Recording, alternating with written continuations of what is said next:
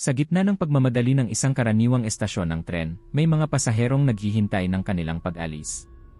Ngunit ang karaniwang paglalakbay ay hindi kailanman nagsimula. Isang hindi maipaliwanag na lamig ang biglang bumalot sa hangin, at ang mga tunog ng orasan ay naging kalabisan, nagsimulang lumaktaw sa mga segundo. Mabilis na nagbago ang pamilyar na arkitektura. Ang mga pasilyo ay lumilitaw at nawawala, ang mga pintuan ay humahantong sa kawalan. Ang mga taong ito ay hindi lamang naantala, sila ay nakulong. Nakulong sa isang limitadong dimensyon kung saan ang pisika at lohika ay wala ng saysay. Ang pinakamalaking bangungot ay hindi ang pagkakakulong, kundi ang presensya na kasama nila. Isang hindi nakikitang nilalang na bumubulong mula sa mga anino, nagpapalakas ng matinding pagdududa at paranoia. Ang bawat isa ay kailangang harapin ang kanilang sariling kahinaan. Ano ang mangyayari kapag ang tanging pag-asa mo ay nakasalalay sa pag-unawa sa isang lugar na ayaw kang pakawalan? Sa isang iglap, ang pamilyar na mundo ay naglaho. Hindi ito simpleng pagkaantala ng biyahe o teknikal na aberya, ito ay ang kumpletong pagkabuwag ng mga pundasyon ng realidad. Ang mga pasaherong naghihintay sa estasyon ay hindi na lamang mga individual na may kani-kanilang destinasyon, sila ay naging mga bihag sa isang eksperimento ng kosmos, nakulong sa tinatawag na limitadong dimensyon. Ang konseptong ito ay hindi lamang tungkol sa pisikal na pagkakakulong, ito ay isang estado kung saan ang mga batas ng universo, ang grabidad, ang linear na pag-usad ng panahon, ang lohika ng espasyo, ay nagiging arbitraryo at pabago-bago. Ang unang senyales ng pagbabago ay ang pagyelo ng oras. Ang mga orasan, na karaniwang tumpak na nagtatala ng bawat segundo, ay nagsimulang maglaktaw, nag-uulat ng mga sandaling hindi kailanman nangyari, o kaya naman ay nagpapabagal sa punto na tila huminto ang mundo. Ang temporal na pagbaluktot na ito ay ang pinakamabigat na atake sa kognitibong kakayahan ng tao. Ang ating pag-iisip ay umaasa sa isang matatag at predictable na daloy ng panahon upang makabuo ng memorya, makagawa ng desisyon, at mapanatili ang isang matatag na pagkakakilanlan. Kapag ang orasan mismo ay nagtataksil, ang isip ay nagsisimulang magtanong sa sarili nitong katotohanan. Ang bawat sandali ay nagiging isang hiwalay na isla, walang koneksyon sa nakaraan o hinaharap. Ito ang simula ng pagkalito, ang paghahasik ng binhi ng pagdududa na magiging sentro ng kanilang pagdurusa. Ang estasyon mismo ay nagbago mula sa isang lugar ng paglalakbay patungo sa isang labirint ng kawalan. Ang arkitektura, na dati nagbibigay ng katiyakan, ay naging isang mapanlinlang na kasangkapan. Ang mga pasilyo ay humahaba ng walang katapusan. Ang mga pinto na dapat sanang humantong sa labas ay nagbubuka sa mga pader, o mas masahol pa, sa mga kopya ng parehong silid na kakalabas lang nila. Ito ay isang pisikal na representasyon ng psikolohikal na pagkakakulong. Ang limitadong dimensyon ay gumagana hindi sa pamamagitan ng matibay na pader, kundi sa pamamagitan ng pagbaluktot ng persepsyon. Ang espasyo ay nagiging isang salamin na nagpapakita ng kawalan ng pag-asa. Ang bawat pagtatangka na umalis ay nagpapalakas lamang ng ideya na ang pagtakas ay isang ilusyon, isang pangako na patuloy na binabawi ng kapaligiran. Ang pagkawala ng lohika sa espasyo ay nagdudulot ng matinding cognitive dissonance. Ang utak ay pilit na naghahanap ng pattern, ng paliwanag, ngunit walang makita. Sa halip na tanggapin ang imposibilidad, ang isip ay nagsisimulang gumawa ng sarili nitong mga paliwanag, na kadalasan ay humahantong sa paranoia. Kung ang mga pinto ay nagbabago, kung ang mga dingding ay lumilitaw at naglalaho, sino ang makapagsasabi na ang mga taong kasama mo ay hindi rin nagbabago? Dito pumapasok ang pinakamalaking banta, ang hindi nakikitang nilalang. Ang presensyang ito ay hindi gumagamit ng pisikal na puwersa, kundi ng psikolohikal na manipulasyon. Ito ay isang parasite na kumakain sa kawalan ng katiyakan ng mga bihag. Sa isang limitadong dimensyon, kung saan ang panlabas na realidad ay hindi na mapagkakatiwalaan, ang tanging natitirang sandigan ay ang pagtitiwala sa kapwa. Ngunit ang nilalang ay sadyang sinisira ang sandigang ito. Ang mga bulong na nagmumula sa mga bakanting espasyo ay hindi lamang ingay, ang mga ito ay mga personalized na pag-atake. Sinasalamin ng mga bulong ang pinakamalalim na pagdududa at lihim na takot ng bawat isa. Para sa isang tao, ito ay maaaring ang pag-aalinlangan sa katapatan ng kanyang kasama. Para sa iba, ito ay ang pagpapaalala sa isang lumang pagkakamali o kahinaan. Ang resulta ay ang mabilis na pagguho ng alyansa. Ang mga pasahero, na dapat sanang magkaisa laban sa hindi maipaliwanag, ay nagsisimulang maghinala sa isa't isa. Ang pagbabago ng mukha ng iba ay isang matinding halimbawa ng induced paranoia. Ang isang kasama ay tila nagbago ng ekspresyon nang hindi inaasahan, o ang isang pamilyar na tampok ay biglang nagiging dayuhan. Hindi ito literal na pagbabago ng anyo, kundi ang pagbabago ng persepsyon na dulot ng matinding stress at kawalan ng tulog. Ang limitadong dimensyon ay nagpapahintulot sa nilalang na i-project ang pagdududa ng direkta sa kognitibong filter ng mga biktima. Ang nakikita mo ay hindi ang katotohanan, kundi ang katotohanang nais ng nilalang na makita mo. Sa ganitong kalagayan, ang bawat tingin, bawat galaw, ay binibigyang kahulugan bilang isang banta. Ang pagtitiwala ay nagiging isang luho na hindi na nila kayang bayaran. Ang pagkawala ng personal na gamit ay nagpapalala sa kawalan ng kontrol. Ang isang bagay na mahalaga, isang relo, isang larawan, isang susi, ay biglang naglalaho. Ang mga bagay na ito ay hindi lamang materyal, ang mga ito ay anchors sa nakaraang buhay, mga patunay na sila ay mayroong buhay bago ang estasyong ito. Kapag nawala ang mga anchors na ito, ang mga pasahero ay nagsisimulang magtanong kung sila ba ay nag-exist pa rin sa labas ng dimensyong ito. Ang pagkawala ng mga gamit ay nagpapatunay na ang kanilang personal na kasaysayan ay binubura, na nagpapalakas sa pakiramdam ng depersonalization. Ang limitadong dimensyon ay hindi lamang naglalaman ng mga biktima, ito ay nagpapanday sa kanila. Ang estasyon ay nagiging isang crucible kung saan ang bawat kahinaan ay sinusubok. Ang mga anino na mabilis na gumagalaw sa gilid ng paningin, ang mga bagay na gumagalaw ng walang paliwanag, ito ay mga taktika upang panatilihing mataas ang antas ng anxiety. Ang patuloy na pag-atake sa mga pandama ay nagdudulot ng sensory overload na humahantong sa psychotic breaks. Ang mga pasahero ay hindi na nakikipaglaban sa isang pisikal na kalaban, kundi sa kanilang sariling pag-isip. Ang kalikasan ng nilalang ay nananatiling misteryo, ngunit ang epekto nito ay malinaw, ito ay isang entity na umaasa sa existential dread.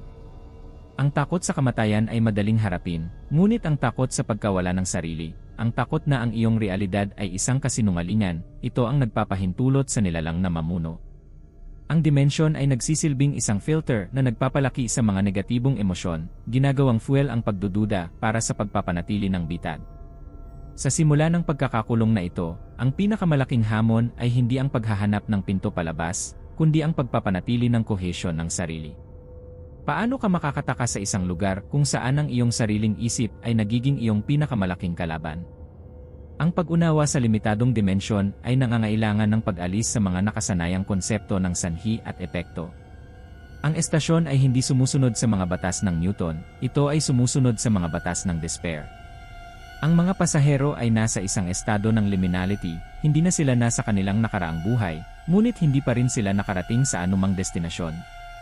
Sila ay nasa pagitan, sa isang espasyo na idinisenyo upang pahinain ang kanilang kalooban hanggang sa punto ng kumpletong pagkakawatak-watak. Ang tanong ay hindi kailan sila makakaalis, kundi kung mayroon pa bang sila na makakaalis. Ang paglalakbay na ito ay hindi tungkol sa paghahanap ng tren, kundi tungkol sa paghahanap ng isang matatag na punto sa gitna ng kaguluhan ng kanilang bagong, nakabaluktot na realidad. Ang limitadong dimensyon ay nag-aalok ng isang kakilakilabot na aral. Ang pinakamalaking bilangguan ay hindi ang mga pader na nakikita mo, kundi ang mga pader na itinayo ng iyong sariling takot at pagdududa.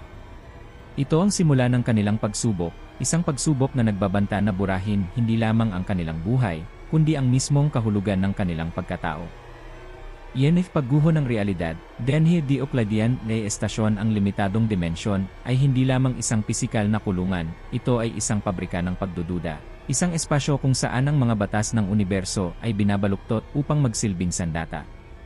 Ang pagkawala ng mga personal na gamit ay naghanda lamang sa entablado para sa mas malalim na pag-atake, ang pagguho ng arkitektura mismo.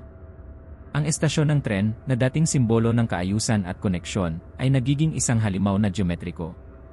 Ito ay nagpapakita ng mga katangian ng isang Diocletian na espasyo, kung saan ang mga linya ay hindi na tuwid, at ang kabuuan ng mga anggulo ng isang tatsulok ay hindi na 180 degree. Ang mga pasilyo ay lumilitaw na mas mahaba kaysa sa dapat, ang mga pintuan ay humahantong sa mga pader, at ang mga hagdanan ay umiikot pa itaas o pababa ng walang katapusan, na lumalabag sa lohika ng gravity at direksyon. Ang patuloy na pagbabago ng espasyo ay nagdudulot ng matinding spatial disorientation. Ang utak, na umaasa sa pamilyar na mga palatandaan upang mapanatili ang pagkakaisa ng sarili, ay nagsisimulang magbigay. Ang mga pasahero ay hindi na makapagtiwala sa kanilang mga mata. Ang isang pader na natatandaan nilang asul ay biglang nagiging pula, ang isang bangko na kanilang inupuan ay naglalaho at napapalitan ng isang lumang poster na nagpapakita ng isang destinasyon na hindi nila matandaan. Ang mga pagbabagong ito ay hindi random, sila ay sinadya upang sirain ang cognitive mapping ng biktima. Kapag ang mapa sa loob ng isip ay hindi na tumutugma sa labas na realidad, ang pag-isip ay nagsisimulang magtanong sa sarili nitong katatagan. Ito ang simula ng psychotic fragmentation, isang estado kung saan ang individual ay hindi na makilala ang pagkakaiba sa pagitan ng panloob na pangamba at panlabas na katotohanan. Ang nilalang na nagpapatakbo sa dimensyong ito ay hindi nangangailangan ng mga pisikal na kamay upang manakit, ito ay gumagamit ng pangunawa bilang pangunahing kasangkapan. Ang mga bulong na naririnig mula sa mga bakanting espasyo ay hindi lamang mga tunog, ang mga ito ay mga salita na naglalayon sa pinakamalalim na insecurities ng bawat biktima. Ang nilalang ay nagpapalabas ng mga personal na takot, ginagamit ang mga nakaraang trauma bilang material para sa kasalukuyang pagpapahirap. Halimbawa, ang isang pasahero na may matinding takot sa pag-iisa ay maaaring makakita ng mga anino na nagpapahiwatig ng mga mahal sa buhay na tumatalikod sa kanila. Ang isang pasahero na nagtatago ng isang malaking kasalanan ay maaaring makarinig ng mga pag-akusa na nagmumula sa mga dingding. Ang dimensyon ay nagiging isang personalized na impyerno na nagpapatunay na ang bawat isa ay may sariling natatanging bersyon ng pagkakakulong. Sa loob ng limitadong dimensyon, ang oras ay nagiging isang likido at hindi mapagkakatiwala ang konsepto. Hindi ito dumadaloy ng linear, ito ay tumatalon, umuulit, at kung minsan ay tila humihinto ng buo. Ang mga orasan ay hindi lamang nagpapakita ng maling oras, ang mga ito ay nagpapakita ng mga oras na hindi kailanman nag-i-exist. Ang pagkawala ng matatag na oras ay nagpapalala sa pakiramdam ng liminality. Ang liminality ay ang estado ng pagiging nasa pagitan, hindi na sa nakaraan, ngunit hindi pa rin sa hinaharap. Sa konteksto ng estasyon, ito ay nangangahulugan na ang mga pasahero ay patuloy na nasa estado ng paghihintay, isang walang katapusang pag-aalanganin na nagpapahina sa kanilang kalooban. Ang paghihintay na ito ay nagiging isang uri ng psikolohikal na torture. Ang pag-asa na darating ang tren ay patuloy na ipinapakita, ngunit ang tren ay hindi kailanman dumarating, o kung ito man ay dumating, ito ay humahantong lamang sa isa pang bahagi ng nakulong na estasyon. Ang epekto ng dimensyon sa interpersonal na relasyon ay kasing nakakawasak ng epekto nito sa individual na pag-isip. Ang paranoia ay hindi lamang isang panloob na estado, ito ay isang nakakahawang sakit na ipinapasa sa pagitan ng mga nakulong na pasahero. Sa isang kapaligiran kung saan ang realidad ay nagbabago, ang pagtitiwala ay nagiging isang luho na hindi nila kayang bayaran. Ang mga pagbabago sa mukha ng iba, na naunang nabanggit, ay nagpapalakas sa hinala na ang mga kasamahan ay hindi na ang kanilang sarili. Maaaring sila ay mga replika, mga ilusyon, o mga ahente ng nilalang. Ito ay nagdudulot ng matinding pagkakawatak-watak sa grupo. Ang mga alyansa ay nabubuwag, at ang bawat isa ay nagsisimulang kumilos ng hiwalay, na naghahanap ng sarili nilang paraan ng pagtakas. Ang nilalang ay nagtatagumpay sa pamamagitan ng paghihiwalay sa mga biktima, ginagawa silang mga individual na isla ng takot. Ang estasyon ay nagiging isang crucible of self-doubt. Ang bawat pagtatangka na umalis ay humahantong lamang sa isang mas malalim na pag-unawa sa kanilang pagkakakulong. Halimbawa, ang isang pasahero ay maaaring makahanap ng isang pinto na tila normal, ngunit kapag binuksan, ito ay nagpapakita ng isang eksena mula sa kanilang nakaraan, isang sandali ng matinding pagsisisi. Ang dimensyon ay nagpapakita ng mga ilusyon na hindi lamang nagpapahirap, kundi nagpapilit sa kanila na harapin ang kanilang mga sariling pagkukulang. Ito ay isang uri ng existential therapy na pinilit, kung saan ang bawat biktima ay kailangang makipagbuno sa kanilang sariling kasaysayan at mga desisyon. Ang paghaharap na ito ay naglalayong sirain ang kanilang sense of agency. Kung ang lahat ng kanilang mga aksyon ay humahantong lamang sa pag-ulit ng trauma, bakit pa magsusumikap? Ang konsepto ng pagtakas ay nagbabago sa loob ng dimensyon. Sa simula, ang pagtakas ay nangangahulugan ng paghahanap ng pisikal na pinto palabas. Ngunit habang lumalalim ang pagkakakulong, ang pagtakas ay nagiging isang psikolohikal na layunin, ang pagpapanatili ng sarili. Ang tunay na panganib ay hindi ang kamatayan, kundi ang pagkawala ng pagkakakilanlan. Ang nilalang ay hindi naglalayong patayin ang mga pasahero, ito ay naglalayong gawing bahagi sila ng estasyon, mga walang hanggang espiritu na nagpapalakas sa kapangyarihan ng dimensyon. Ang mga anino na mabilis na gumagalaw sa gilid ng paningin ay maaaring hindi lamang mga ilusyon, maaari silang maging mga labi ng mga naunang biktima na tuluyan ng natunaw sa limitadong dimensyon. Ang tanging posibleng paraan upang makahanap ng kalutasan ay nakasalalay sa pag-unawa sa lohika ng dimensyon. Kung ang estasyon ay sumusunod sa mga batas ng kawalan ng pag-asa, kung gayon ang pagtakas ay hindi makakamit sa pamamagitan ng lohikal na pag-isip o pisikal na lakas. Ito ay nangangailangan ng isang pagbabago sa paradigm. Ang dimensyon ay umaasa sa kanilang takot at pagdududa, sa makatuwid, ang paglaban ay dapat na nakatuon sa pagtanggi na maging biktima. Ang pagpapanatili ng katotohanan, gaano man ito kahirap, ay nagiging isang gawa ng paghihimagsik. Ang paghawak sa isang matatag na alaala, ang pagkilala sa isang kasamahan sa kabila ng mga pagbabago sa mukha, ang pagpilit na maniwala sa isang shared reality, ito ang mga sandata laban sa entity. Ang limitadong dimensyon ay nagpapakita ng isang malalim na pilosopikal na tanong, ano ang bumubuo sa isang tao kapag ang lahat ng panlabas na patunay ay inalis? Kung ang iyong mga gamit ay nawala, ang iyong mga alaala ay naglalaho, at ang iyong kapaligiran ay patuloy na nagbabago, ang tanging natitira ay ang hubad na kalooban na umiral. Ang estasyon ay nagtuturo ng isang kakilakilabot na aral tungkol sa kahinaan ng pagkatao. Ang bawat isa ay isang koleksyon lamang ng mga alaala at koneksyon. Kapag ang mga koneksyong iyon ay pinutol, ang individual ay nagiging malapit sa kawalan. Ang huling yugto ng pagkakakulong ay ang acceptance of the absurd.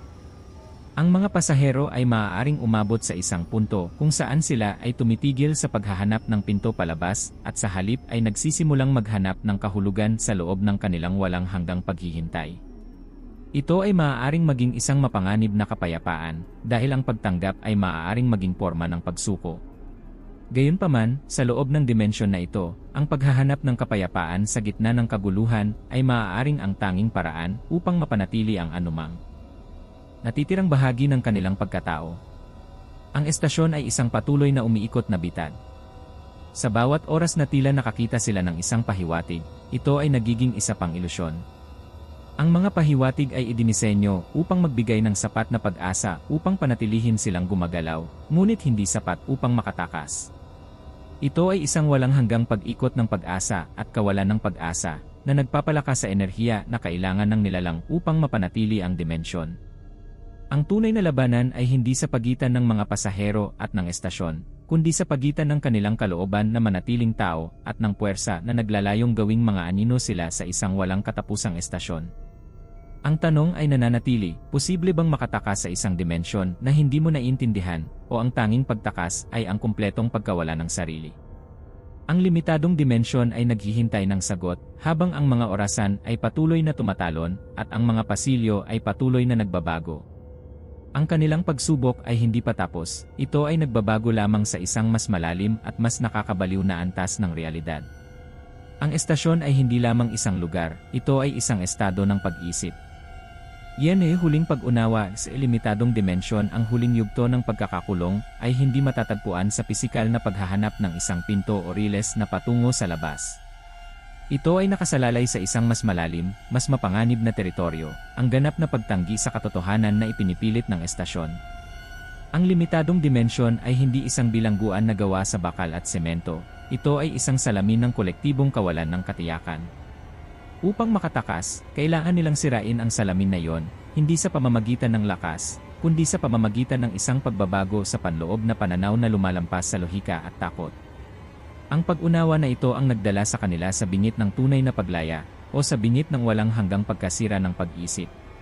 Ang entidad na naninirahan sa estasyon ay hindi isang multo sa tradisyonal na kahulugan, ito ay isang parasitic na puwersa na nabubuhay sa enerhiya ng pagdududa. Ang bawat pag-aalinlangan tungkol sa kanilang pangalan, ang bawat pagdududa tungkol sa mukha ng kanilang kasama, ang bawat pagtatanong sa oras, lahat ng ito ay nagpapatibay sa dingding ng dimensyon. Ang tanging paraan upang maputol ang supply ng enerhiya na ito ay ang pagkamit ng isang ganap na paniniwala, isang estado ng pag-isip kung saan ang panloob na katotohanan ay nagiging mas matibay kaysa sa panlabas na ilusyon. Ito ay nangangailangan ng isang gawa ng matinding psikolohikal na pagkakaisa. Ang huling sandali ay hindi nangyari sa gitna ng isang sigaw o isang labanan, kundi sa isang sandali ng perpektong katahimikan. Sa sandaling iyon, ang mga nakulong ay kailangang magkaisa sa isang solong, hindi mapag-aalinlangan ng katotohanan. Halimbawa, ang pagkilala sa isang matatag na alaala, hindi isang alaala ng pag-alis, kundi isang simpleng, hindi mapag-aalinlangan ng katotohanan tungkol sa kanilang sarili bago sila pumasok sa estasyon. Ang sandaling ito ng pinagsamang, matatag na katotohanan ay lumikha ng isang dimensional na anomalya. Ayon sa mga teorya ng dimensional na pagkakakulong, ang mga limitadong espasyo ay may mga kahinaan sa mga punto kung saan ang mga batas ng pisika ay ganap na tinanggihan. Kapag ang mga pasahero ay nagawang makita ang estasyon hindi bilang isang solidong istruktura, kundi bilang isang manipis na manifestasyon ng kanilang kolektibong neurosis, ang istruktura ay nagsimulang gumuho. Ang mga pader ay hindi gumuho sa pamamagitan ng ingay, kundi sa pamamagitan ng kawalan ng kahulugan. Ang mga riles ay hindi na humantong sa walang katapusan, sila ay natunaw sa isang puting kawalan. Ang pagtakas ay hindi ang paghahanap ng pinto palabas, kundi ang pagiging pinto mismo. Sa pamamagitan ng pagtanggi na maging biktima, sa pamamagitan ng pagpilit sa kanilang sariling katotohanan sa ibabaw ng katotohanan ng estasyon, sila ay nagdulot ng isang dimensional na pagbabago. Ang estasyon, na umaasa sa kanilang pagdududa upang umiral, ay biglang nawalan ng pundasyon. Ito ay tulad ng isang programa na biglang nawalan ng input at nag-crash. Ang entidad ay hindi natalo sa pamamagitan ng labanan, kundi sa pamamagitan ng pag-alis ng lahat ng bagay na nagpapanatili dito. Ngunit ang paglaya mula sa isang limitadong dimensyon ay nagdadala ng sarili nitong kakilakilabot. Ang paglabas ay hindi nangangahulugan ng pagbabalik sa normal na mundo. Nangangahulugan ito ng pagpasok sa isang espasyo na hindi pa rin natin lubos na nauunawaan. Ang mga pasahero ay maaaring nakatakas sa estasyon, ngunit hindi sila nakatakas sa konsepto ng pagkakakulong. Ang trauma ng pagiging bihag sa isang lugar na nagbaluktot sa kanilang pag-isip ay nag-iwan ng permanenteng marka. Ang tunay na resolusyon ay hindi ang pagdating ng isang tren, kundi ang pagkawala ng pangangailangan para sa tren. Ang estasyon ay naging isang walang laman na espasyo, isang anino ng kung ano ito. Ang mga pasahero ay lumabas sa isang mundo na tila pamilyar, ngunit ang kanilang pananaw ay permanenteng nagbago. Ang bawat orasan na nakita nila ay maaaring maging isang potensyal na bitag, ang bawat estranghero ay maaaring maging isang pagbabago ng mukha. Ang paglaya ay hindi kaligayahan, ito ay isang walang hanggang pagbabantay. Ang tanong ay nananatili, at ito ang huling, pinakamalaking pag-isip na iniiwan ng estasyon, sila ba ay nakatakas sa limitadong dimensyon, o sila ba ay nakatakas lamang sa unang limitadong dimensyon? Ang dimensyon ay maaaring hindi isang solong lugar, kundi isang serye ng mga nested reality. Ang pag-alis ay maaaring maging isang ilusyon, isang mas sopistikadong antas ng pagkakakulong na idinisenyo upang bigyan sila ng kapayapaan habang patuloy silang kinakain ng entidad. Ang psikolohikal na epekto ng pagkakakulong ay nagtuturo sa atin ng isang malalim na aral tungkol sa kalikasan ng katotohanan. Ang katotohanan ay hindi isang bagay na objektibo, ito ay isang pinagkasunduang ilusyon. Kapag ang pinagkasunduan na iyon ay nabali, tulad ng nangyari sa estasyon, ang individual ay naiwan na nakalutang sa isang dagat ng kawalan ng katiyakan. Ang pagtakas ay ang pagpilit sa isang bagong pinagkasunduan, isang bagong katotohanan na mas matibay kaysa sa luma. Ito ay isang gawa ng paglikha, hindi ng paghahanap. Sa huling pagtatasa, ang estasyon ng tren ay nagsilbing isang laboratorio para sa pag-aaral ng kahinaan ng pagkatao. Ipinakita nito kung gaano kadali tayong maging mga anino kapag inalis ang ating mga panlabas na anchor, ang ating mga pag-aari, ang ating mga alaala, ang ating mga koneksyon. Ang mga pasahero ay napilitang harapin ang hubad na tanong, ano ang bumubuo sa akin kapag ang lahat ng panlabas ay nawala? Ang sagot na natuklasan nila, at ang sagot na nagpalaya sa kanila, ay ang panloob na kalooban na umiral, ang hindi matitinag na paniniwala sa sarili, kahit na ang sarili ay patuloy na nagbabago. Ang pagtatapos ng pagsubok ay hindi isang masayang pagdiriwang. Ito ay isang malamig, malinaw na pag-unawa na ang labanan laban sa limitadong dimensyon ay hindi nagtatapos sa pag-alis. Ito ay nagpapatuloy sa bawat sandali ng pagdududa, sa bawat pag-aalinlangan sa katotohanan ng mundo sa labas. Ang estasyon ay nag-iwan ng isang virus ng pagdududa sa kanilang mga isipan, isang paalala na ang katotohanan ay palaging isang pansamantalang kasunduan. Ang mga orasan ay tumigil sa pagtalon. Ang mga pasilyo ay hindi na nagbabaluktot. Ang hangin ay hindi na bumabalot sa hindi maipaliwanag na lamig. Ang estasyon ay nanahimik, ngunit ang katahimikan ay hindi nagpapahiwatig ng kapayapaan. Ito ay nagpapahiwatig ng kawalan ng enerhiya na kailangan ng entidad upang magpatuloy. Ang estasyon ay nag-collapse sa sarili nito, nagiging isang simpleng, walang laman na istruktura, na walang kapangyarihan at walang laman. Ang mga nakulong ay lumabas sa isang mundo na tila naghihintay sa kanila, ngunit ang paghihintay ay hindi kailanman matatapos sa loob ng kanilang mga isipan. Ang aral ay malinaw, ang pinakamalaking bilangguan ay hindi ang mga pader na nakikita natin, kundi ang mga limitasyon na itinakda natin sa ating sariling pag-isip. Ang limitadong dimensyon ay isang pisikal na representasyon ng psikolohikal na pagkakakulong. Ang pagtakas ay isang gawa ng pagpapalaya sa sarili mula sa takot at pagdududa. Ito ay isang pagkilala na ang kapangyarihan na magbigay kahulugan sa katotohanan ay nasa loob natin, hindi sa labas. Ang mga pasahero ay nakarating sa kanilang destinasyon, ngunit ang destinasyon ay hindi isang lugar sa mapa. Ito ay isang estado ng pagiging.